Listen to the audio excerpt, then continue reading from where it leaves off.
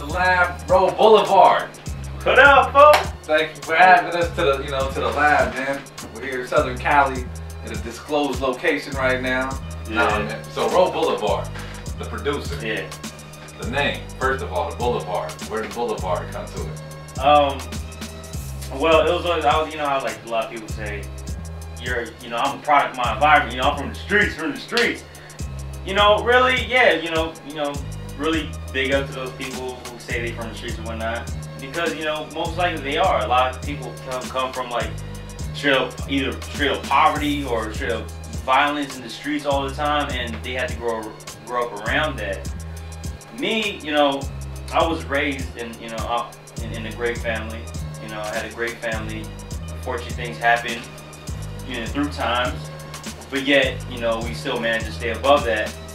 And I was always out with friends, always out riding the muck, either at the plaza, down the street, doing some stuff, some girls here, there, or at the parks with some rival cats from a different area, things like that. But I wasn't really, I kept myself away from the violence. Being a producer now, you gotta have influences. I just want to know, Sun Valley, there's different influences in different parts of Cali. Okay. I grew up, let me see, first three tapes I got was Onyx, Back the F Up, got that on tape. And then I had got the Far Side, Bizarre Rights and Far Side.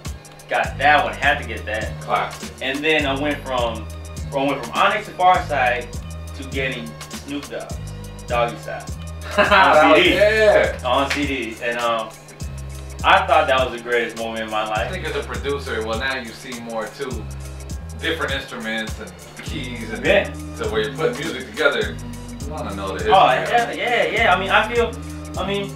I sample a lot, and it's just like I do that in the sense where I want to dissect every instrument, not just take a loop and just put it on the track and just add drums and add this and that. Music really, it drives me. Music is my life. Like JD said it best on that new high tech joint. He said something like he had relationship problems with girls because music was his first love. You know what I mean? So yeah, music is, one of my, it's there next to my first love. The thing about it, when I choose a sample, it's just like, doesn't move me. Doesn't mean something in my life, you know what I mean? I think it should always, that's hot, because I think a sample is supposed to, why would you use it? Yeah, it should be. It didn't move you. Yeah, like I can go to each, some, like the joints that I already put out already, that I already put on my mixtape, that's on my website. I could go back to those beats, and if people ask me, I could tell them a story like, yeah, that's about this girl, that's that girl, they're all like a lot of exes, this happened this meant this, stuff like that. But mainly when I pick a joint, I just want them to move me, and I want everything I do to mean something in my life. Just for a simple fact, so when I look back, I have a story to tell. Laffy Taffy Rocks Your Teeth. What did it go ahead, dude. All right. I don't even know where to begin. Alright, people may hate me for this, but the Laffy Taffy Rocks Your Teeth project is self-explanatory. Laffy Taffy Rocks Your Teeth. It's just like in radio, it was a sad day in radio when that went like #1. It was like #1 on Billboard or something like that. At one point. Either way, it was #1 on Billboard. And that meant when it was #1 on Billboard, that meant those artists that we've come to love didn't get that chance at that time to be #1. Kanye was #1 on that, on the Billboard when they were on #1. Jay wasn't, and John Legend wasn't, None of the artists that we love was on #1 because of that song. And that was just like, it hurt me because musically when you listen to it, it was just like, it sounded like they took like those old Nintendo joints, sampled that and just looked in at the freaking snap, And my boy, Free Speech, that we were like, we do our 1-2 thing with music. We always talk about that. We always talk about like, yo, what the hell is up? What's wrong with radio? What's wrong with the music industry? How did that happen? How did that come to be? So we wanted to do another project, and we had songs that we haven't put out yet, and we were still recording more songs. And he was like, "Yo, bro, like, you know, for the new project, what should we name? What should we do with it?" I'm like, "Dude, why don't you name it Laffy Taffy Roger Teeth?" Just in a funny way.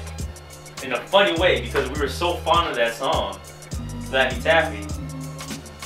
I just said it. And he was like, "Wait a minute. Yo, that's crazy." I'm like, "You think so?" And it was just funny to us. And so we started to do more songs around that subject, based on that. And so we did it. You know, that was the Laffy Taffy Roger Teeth project. What kind of flag did you catch, man? Laffy Taffy Roger Teeth, the mixtape, Oh, you put it out. Man. What did you catch after that? We caught a lot of stuff. No, you know what? That was a big record at the time. That was a huge record. Yeah, Laffy Taffy, when we did the project, I mean, we caught fire, you know?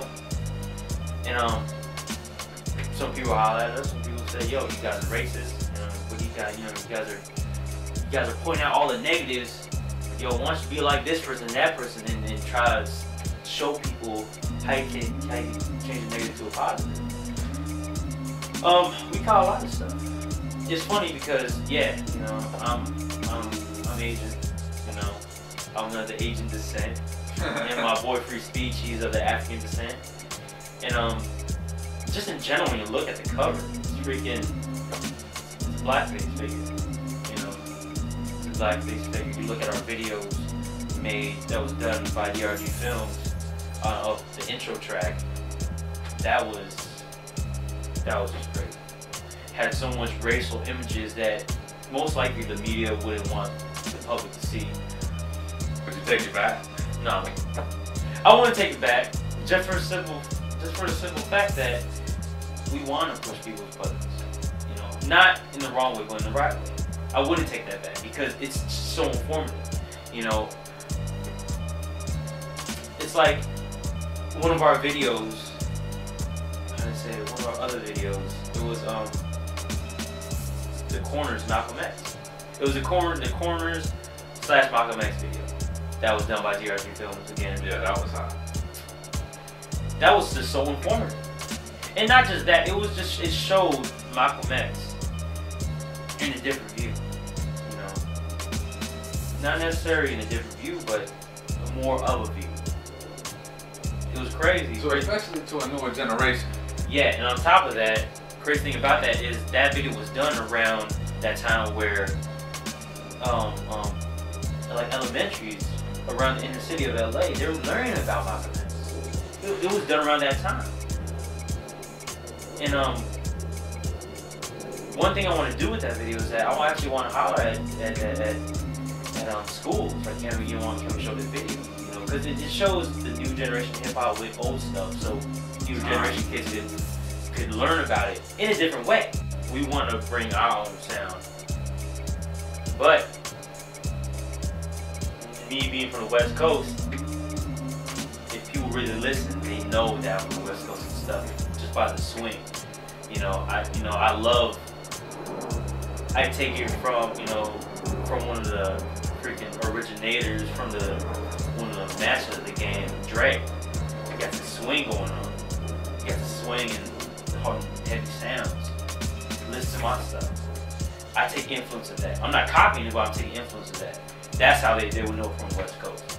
Myself, it's cool. Like, I like to show that there are producers like yourself. There's other producers from the West. There's other artists. There's other people of all types out here on the West Coast. Yeah. That the West isn't just about blue rags, red rags, and essays. Exactly. You know what I mean? There's a whole. It's a coast. Yeah. And it is a coast. There's people of all colors, all walks. It is a coast. It is a coast, and what I love about the West Coast is people represent that to the fullest. So keep doing what you do, man. Of course. And I appreciate you having me here into the lab. You know what I mean? Anytime, dog. Anytime, dog.